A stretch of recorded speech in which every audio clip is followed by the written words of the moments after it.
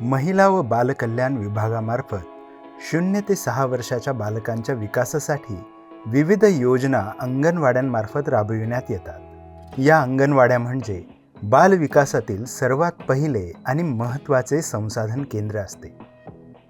केवळ पोषण व लसीकरण केंद्र एवढंच यांचं स्वरूप न राहता येथे येणाऱ्या बालकांचे संगोपन तसेच बालशिक्षणाची व्यवस्था या ठिकाणी केलेली असते.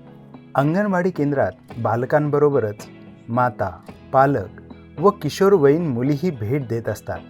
या सर्वांना योग्य प्रकारे सेवा देणे शक्य व्हावे यासाठी सुसज्ज अशी इमारत असणे आवश्यक आहे. त्यानुसार राज्यात सद्यस्थितीत असलेल्या अंगणवाड्यांमध्ये लाभार्थ्यांच्या गरजांनुसार काही बदल करणे आवश्यक आहे. याशिवाय अंगणवाडी इमारत शैक्षणिक साहित्य म्हणून स्वीकारल्यास त्याचा फायदा हा सर्वांगीण विकासासाठी होणार आहे. यासाठी अंगणवाडी इमारत व आजूबाजूच्या परिसराची रचना अशी करावी जेणेकरून इमारत व सभोवतालचा परिसर बालकांना आकर्षित करेल व त्याद्वारे बालकांमध्ये मूल्य शिक्षणाचे बीज रोवण्यास मदत होईल. अंगणवाडी केंद्रातून दिल्या जाणाऱ्या सेवा अधिक प्रभावशाली बनवायच्या असतील तर या केंद्रांच्या इमारतीच्या आतील व बाहेरील भागांमध्ये रचनात्मक बदल करणे आवश्यक आहे. केवळ मूलभूत व आकर्षक बदलाने फार मोठा फरक पडतो हे विविध उदाहरणांच्या आधारे निदर्शनात आलेले आहे. बिल्डिंग ॲज लर्निंग एड, बाला अर्थात इमारतीलाच शैक्षणिक साहित्याप्रमाणे वापरण्याचा या पर्यावरणपूरक व बाला अंगणवाडी इमारत संकल्पनेचा उद्देश आहे. बाला संकल्पनेवर आधारित अंगणवाडी प्रत्यक्षात आणताना काही उद्दिष्टे डोळ्यासमोर ठेवण्यात आली आहेत. यात प्रामुख्याने सध्याच्या बदलांच्या माध्यमातून पूर्व प्राथमिक शिक्षण ECE व बालविकास ECD साध्य करणे, सहज, सोपे, रचनात्मक अर्थात आर्किटेक्चरल व आराखड्यातील अर्थात डिझाईनमध्ये बदल करणे, त्याद्वारे गैरसोय टाळण्यास, या व्यवस्थेचा निसंकोच वापर करण्यास व शिक्षणाच्या सुलभ प्रक्रियेस सहकार्य करणे, अधिकाधिक बालस्नेही, किशोरवयीन व पालकस्नेही वातावरणात बालकांना सतत गुंतवून ठेवणे, अत्यल्प किंवा अतिरिक्त खर्चाविना निर्मिती करणे, ॲग्रोक्लायमॅटिक हवामानानुसार इमारतीत बदल करणे, बदलणारे हवामान व संभाव्य आपत्ती याचा विचार करून सुविधांची निर्मिती करणे. चला तर मग बाल अंगणवाडीचे विविध घटक सविस्तर जाणून घेऊया. अंगणवाडीच्या माध्यमातून बालमनावर अगदी सुरुवातीपासूनच सुसंस्कार व्हावेत याकरिता इमारतीची जागा व परिसर हा एक महत्त्वाचा घटक ठरतो. अंगणवाडीतील बालक हे आगामी कालावधीत शाळेत जाणार असतात व शाळेच्या दृष्टीने अंगणवाडीतच बालविकासाचा पाया भक्कम होणार असतो. यासाठी अंगणवाडी शक्यतो शाळेच्या आवारातच असावी जेणेकरून शाळेकरिता असलेला पाणीपुरवठा, स्वच्छता, वीज, सांडपाणी व्यवस्थापन व संरक्षण भिंत या सोयीसुविधा विनासायास अंगणवाड्यांना वापरता येतील. प्रत्येक अंगणवाडीला प्रवेशद्वारासह संरक्षक भिंत असावी. जिथे पक्की संरक्षण भिंत घेणे शक्य नाही तेथे तारेचे किंवा चेन लिंकचे कुंपण, डिडोनिया, मेहंदी सारख्या वनस्पतींचे कुंपण असावे. ज्या ठिकाणी वाहतुकीचा रस्ता, कॅनल, ओढा, नदी असे अडथळे असतील किंवा जंगली श्वापदं येण्याचा धोका असेल तेथे मात्र पक्की संरक्षक भिंत अवश्य असावी. आवार भिंतींची उंची जमिनीपासून किमान 6 फूट असावी तर प्रवेशद्वार 10 फूट रुंद असावे. नियमित ये-जा करण्याकरिता एक छोटे गेट असावे. ते छोटे गेट जर 4 पदरी विकेट गेट प्रकारचे असेल तर ते खेळ म्हणून मुले वापरू शकतील. तसेच लहान मुलांचे ज्ञान व कुतूहल वाढविण्याकरिता भिंती चित्ररूपाने बोलक्या करता येऊ शकतात.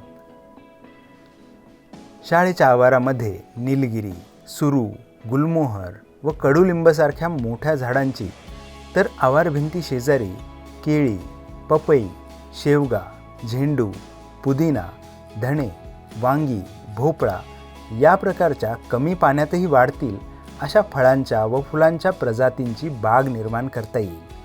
ही बाग मुलांच्या पोषणासाठी पूरक म्हणून काम करेल, तसेच हिरवे नैसर्गिक वातावरणही तयार करेल.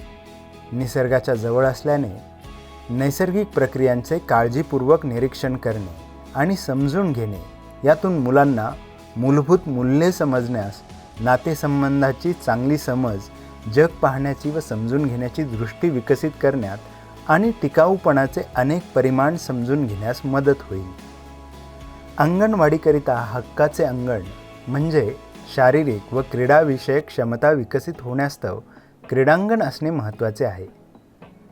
त्यामध्ये विविध प्रकारची वैज्ञानिक व व्यावहारिक तथा सांस्कृतिक खेळणी उपलब्ध करून देण्यात यावी. बांधकाम सुरू असताना उर्वरित साहित्यातून सँडपेट तथा टाकाऊ टायरपासून खेळणी तयार करता येऊ शकतात. यालाच आपण स्टेम शिक्षण म्हणून ओळखतो.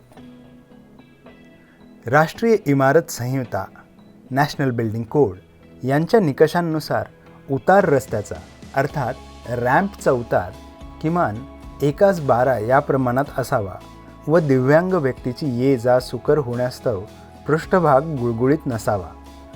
पृष्ठभागावर चेकर्ड टाईल्स बसवता येऊ शकतील. उताराच्या रस्त्याची किमान उंची 1.2 मीटर इतकी असावी व त्याच्या दोन्ही बाजूस 2 फूट उंचीचे कठडे असावे. तसेच पायऱ्यांचा चढाव 15 सेंटीमीटर व ठहराव 30 सेंटीमीटर असणे आवश्यक आहे व त्याच्या दोन्ही बाजूस 2 फूट उंचीचे कठडे अर्थात हँडरेल असावे. कायमस्वरूपी वीज पुरवठा उपलब्ध होण्याच्या दृष्टीने सोलार प्रणालीचा वापर केल्यास विंधन विहिरीतून पाणी उपसणे, दिवे व पंखे वापरणे सोयीचे होऊ शकते. पाऊस पाणी संकलन करण्यासाठी इमारतीच्या छताचा सुयोग्य वापर करता येऊ शकतो.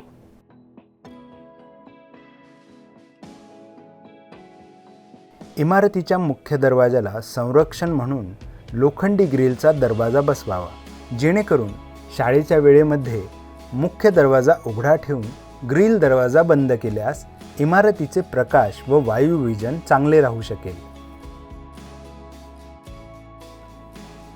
अंगणवाडीचा मुख्य कक्ष बालकांना पुरेपूर वापरता यावा याकरिता त्या कक्षात अवांतर सामान नसावे व अंगणवाडी संबंधी दस्तऐवज व साहित्य ठेवण्याकरिता भिंतीतच झडपा असलेली कपाटं तयार करावी.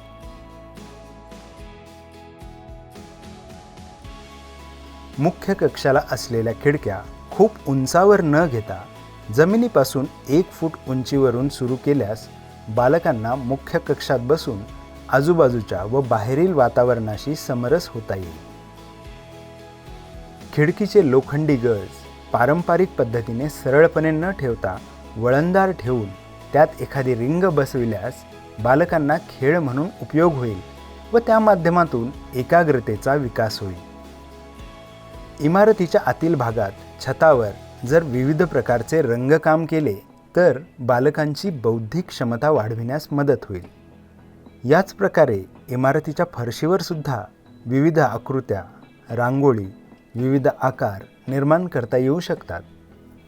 खोलीतील फळ्याची उंची बालकांच्या उंचीला साजेशी असावी, जेणेकरून त्यांनासुद्धा हा फळा विविध कलागुणांसाठी वापरता येऊ शकेल. इमारतीमध्ये पारंपरिक बाकडे ठेवण्याऐवजी छोट्या आकाराचे टेबल ठेवल्यास मुले परस्परांशी संवाद साधून कलागुणांचा विकास करू शकतील. इमारतीच्या पंख्यावर एखादी स्टिकर चिकटविल्यास पंखा फिरेल तेव्हा त्यावर दिसणारी प्रतिमा मुलांना फिरती गती, भ्रम अशा विविध गोष्टींची जाणीव करून देऊ शकेल. अंगणवाडीत शैक्षणिक वातावरण तयार व्हावे याकरिता इमारतीच्या भिंती चित्ररूपाने बोलक्या असाव्यात. अंगणवाडी सेविका पोषण आहार तयार करीत असताना तिचे मुलांवर लक्ष राहावे याकरिता स्वयंपाक खोलीचा दरवाजा फक्त अर्ध्या उंचीचा असावा. स्वयंपाक खोलीमध्ये आवश्यक उंचीचा ओटा, सामान ठेवण्याची व्यवस्था, योग्य उंचीवर सिंक, ओट्याखाली साठवणूक जागा इत्यादी व्यवस्था असावी. अंगणवाडीमध्ये किशोरवयीन मुलींना समुपदेशन व गरोदर महिलांची नियमित तपासणी करण्यासाठी निर्माण कक्षात परीक्षण टेबलाची व्यवस्था असावी. ANM आणि कामगार औषध रजिस्टर टेबलाच्या खालच्या दारात ठेवले जाऊ शकतात आणि कपाटात दस्तऐवज ठेवता येऊ शकतात. या कक्षात पोषण आहारासंबंधी माहिती, पोस्टर्स, चार्ट इत्यादी लावले जाऊ शकतात. प्रसाधनगृहात मुले व गरोदर स्त्रिया यांना उठणे बसणे सोयीचे होण्याच्या दृष्टीने आधार म्हणून स्टेनलेस स्टीलचा ग्रॅब बार व ओढणी व तत्सम कपडे अडकविण्यासाठी स्टील हुकचे प्रयोजन असावे. पिण्याच्या व इतर वापराच्या पाण्याकरिता आवश्यक ती नळ जोडणी ही बालकांची उंची विचारात घेऊन वेगवेगळ्या स्तरावर असावी. या सर्व निकषांव्यतिरिक्त प्रत्येकाने यामध्ये अजून काहीतरी वेगळे निर्माण करण्याचा प्रयत्न करून इमारत परिपूर्ण बनविण्यास मदत करावी.